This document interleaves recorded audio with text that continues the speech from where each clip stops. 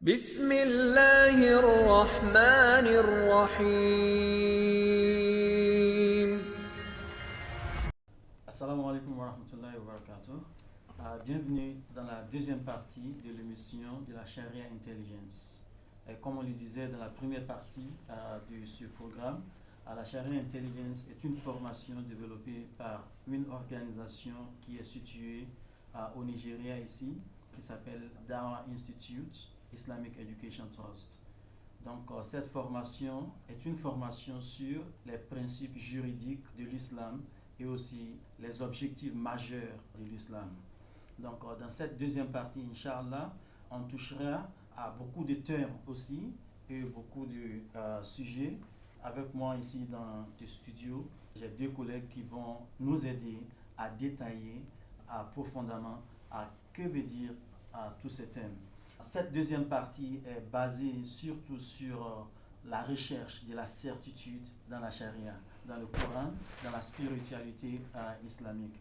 Donc, on parlera de la maximisation de la certitude par rapport aux évidences et aussi à la volonté de Dieu. On touchera aussi dans cette deuxième partie la différence entre le fiqh et la charia. On sait que le fiqh dans l'islam, dans la charia, le fiqh est humain et la charia est divine. Donc, quelle est la différence? Quelles sont les manières dont il faut utiliser le fiqh et aussi la charia? On touchera à ce sujet-là. Donc, on parlera aussi de la certitude par rapport à l'authenticité des textes dans le Coran et aussi de la crédibilité des sources de la charia. On touchera aussi à la signification et l'implication dans la charia et par rapport à la certitude. Comment définir la certitude dans les sources d'évidence dans la charia. On touchera aussi à la différence entre le sunnah du prophète sallallahu alayhi wa sallam et aussi le sira.